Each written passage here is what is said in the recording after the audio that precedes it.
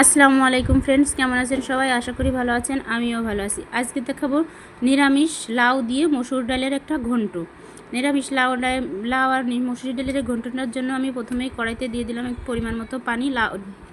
পানিটা হালকা একটু গরম হলে তার মধ্যে দিয়ে দিলাম আমি মসুরির ডালটা আমি এখানে দিয়েছি প্রায় 1 পোয়া, মানে 250 গ্রামের মতো। দিয়ে দিলাম দুইটা পেঁয়াজ কুচি দিয়ে দেওয়ার পরে দিয়ে দিলাম আমি মুঠখানিক কাঁচামরিচ। তারপর ডালটা আমি সিদ্ধ হতে দেবো 10 মিনিটের মতো। দেখুন ডালটা আমার এরকম যখন সিদ্ধ হয়ে গেছে, আধা ফুটা হয়ে গেছে, তখন আমি ডালের মধ্যে ঢেলে দেবো আমার কাটিয়ে ধুয়ে রাখা লাউটা দিয়ে ঢাকনা দিয়ে ঢেকে দেবো। আরও 5-7 মিনিটের জন্য লাউটা সিদ্ধ হতে দেবো।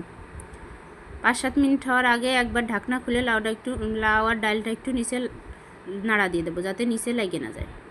যেহেতু ডালটা আমার অনেকটাই ফুটে এসেছে, নিচে লাগিয়ে যেতে পারে, তাই আমি একটু নাড়া দিয়ে ডালটার সাথে লাউটা মিশাই দিয়ে আবার ঢাকনা দিয়ে ঢেকে দেবো।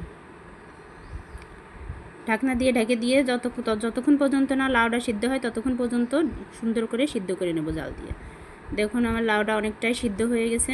5 মিনিট পরে ঢাকনা খুলে আর একটু নাড়া দেব। দিয়ে এ পর্যায়ে আমি একটা খুন্তি দিয়ে কাটে দেখে দিচ্ছি যে লাউটা সিদ্ধ হয়েছে কিনা। খুন্তি দিয়ে কাটে দেখে নিলাম যে লাউ সিদ্ধ হয়েছে। দেখুন আমার লাউটা সিদ্ধ হয়ে গেছে। এখন আমি লাউয়ের মধ্যে একে একে সব মশলা দেব। আর একটু ভালো করে উল্টে পাল্টে নাড়া দিয়ে নিলাম। দিয়ে দিলাম 2 চামচ লবণ, 1.5 চামচ হলুদের গুঁড়া, 1.5 চামচের মতো সজের গুঁড়ো মানে ধনিয়া গুঁড়ো দিয়ে একটু নাড়া দেব। নাড়া দিয়ে লাউটা আমি একটু আধা ভাঙা করে দেব। লাউটা একটু ভাঙা করে দেব।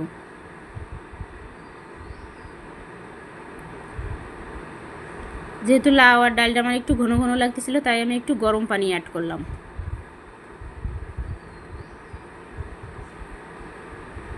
গরম পানি অ্যাড করে আর একটু নাড়া দেব। নাড়া দিয়ে 5 থেকে 7 মিনিটের মতো একটু জাল করব। দেখুন আমার ডালটা যখন এরকমের বলক আসবে তখন বুঝতে হবে যে ডালটা জাল করা হয়ে গেছে। তখন এবার আমি ডালটা বাগার দেব, মানে তেলে দেব। কড়াইতে দিয়ে দিলাম পরিমাণ মতো তেল।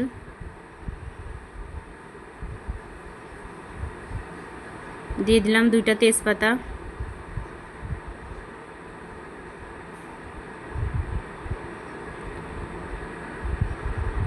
তেলটা যখন আরও একটু ভালো মতো গরম হয়ে যাবে তখন আমি দিয়ে দেব তেলের মধ্যে কেটে রাখা পেঁয়াজ আর রসুন।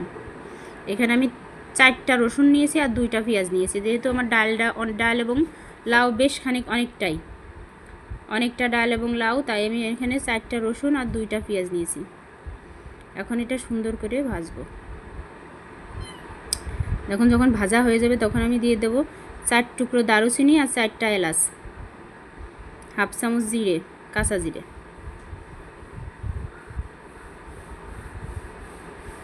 দিয়ে এবার ওই সিদ্ধ করে বলক দিয়ে উঠানো ডালের মধ্যে ঢেলে দেব।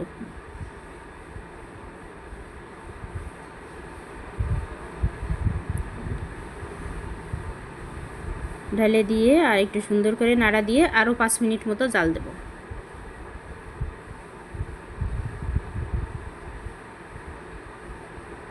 দেখুন আমার ডালটা এখন অনেকটাই হয়ে গেছে। এখনও হয় নাই, আর একটু জাল দিতে হবে। আর একটু উপর দিয়ে একটু নামানোর আগ দিয়ে ধনেপাতা দিয়ে দিলাম।